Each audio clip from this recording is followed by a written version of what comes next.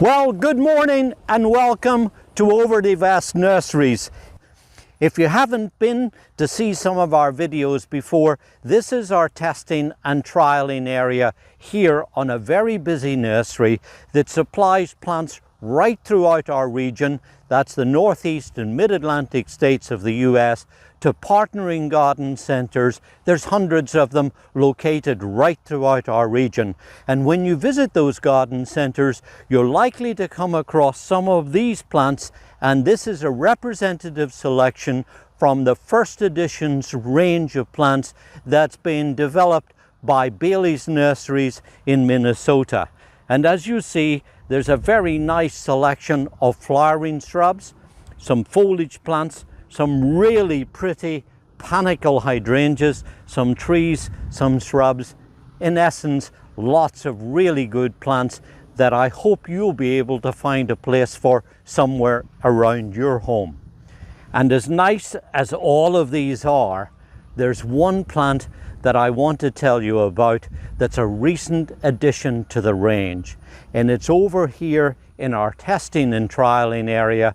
It's Hydrangea Little Hottie, and boy, is it a beautiful little plant.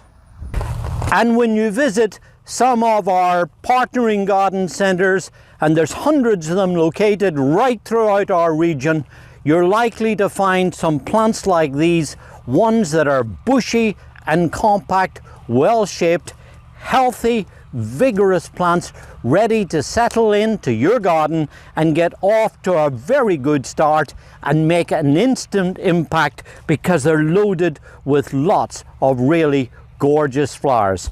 I think, as you see, they're really rather special. I just love how these beaming white flowers show up so beautifully against the dark green foliage. And the fresh, pristine white colour brings a lovely kind of refreshing look to our garden, as well as cooling it down during the hotter summer months. And as you pan down through the bed here and look at all of these plants, you'll get some idea of the floriferousness of this variety too. It really is very free flowering. There's almost a flower on every stem, and these are only little young plants. Imagine what this will grow like when it gets to its final size, which is only about 3 to 5 foot high by about the same wide.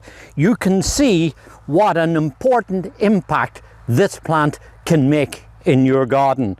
And you can also see what a terrific impact you would get if you have the space and you're able to plant these in mass. It really is a terrific plant that puts on a wonderful show. Like a lot of the others, the flowers are really remarkable in that they stand up very well to sunlight and to the heat of the summer and give a very long display. If you want to find out more about how to grow hydrangeas, I'd suggest that you take a moment or two and scroll through some of the other videos that we have here on this channel, and you'll find out more about the planting, the growing instructions, and also how you can prune them too. It's really very easy. They're very hardy plants, very reliable, and I'm sure that when you get this into your garden, you're just going to love it because they're simple, easy, reliable, and very easy to grow. And looking at the butterflies, it's not just even human beings that like these. There's some of the pollinating insects and butterflies, etc., that love them too. Now, like quite a few other panicle hydrangeas, you'll see that when the flowers come out first, they have this soft, I suppose you would call it chartreuse green colour. And then as the little sterile florets here on the outside of each of these panicles, which we call these triangular pyramidal shaped flowers, you'll see that as they emerge, they start to take on a creamy colour. And then as they expand further, you'll see that that's when they really take on this impressive, bright, gleaming white colour. Remarkable really how they come out in the middle of the summer and provide all of this beautiful refreshing color. Now, it's not an exaggeration to tell you, as you'll see by the pictures on the tags here, that once this plant gets established and is growing in your garden, it will have so many flowers that you're going to find it hard to actually find green leaves showing. It carries so many flowers all over the extremities of the plant, it literally makes a mound of bright white gleaming flowers. And in today's world, where our gardening spaces seem to be getting smaller all the time, having compact, very free flowering varieties like this are all the more important.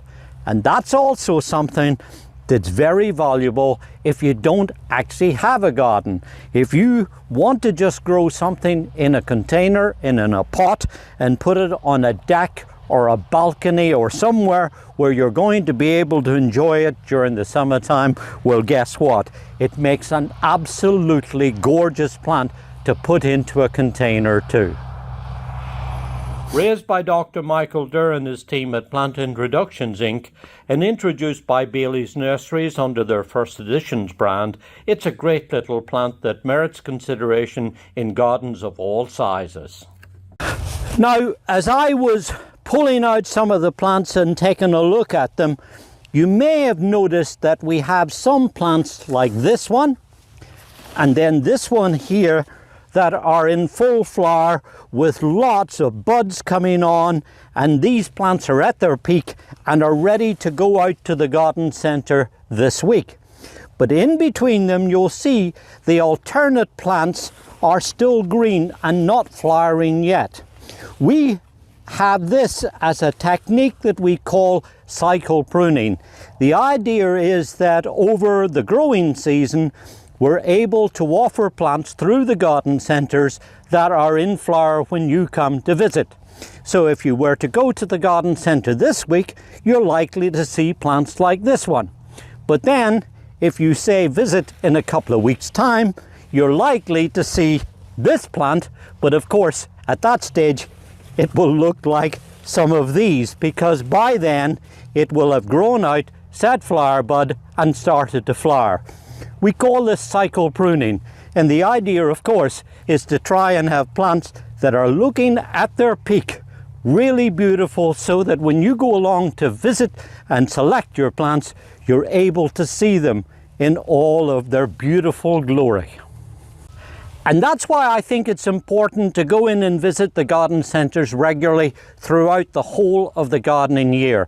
Not just on a beautiful spring day when the gardening fever hits, but rather stop in at least every 2 or 3 weeks and walk around and see, because with a technique like this, you can see that the selection is regularly changing. This is David Wilson for OverDeVest Nurseries. Enjoy your gardening. It's good for us, and it's very good for our environment too.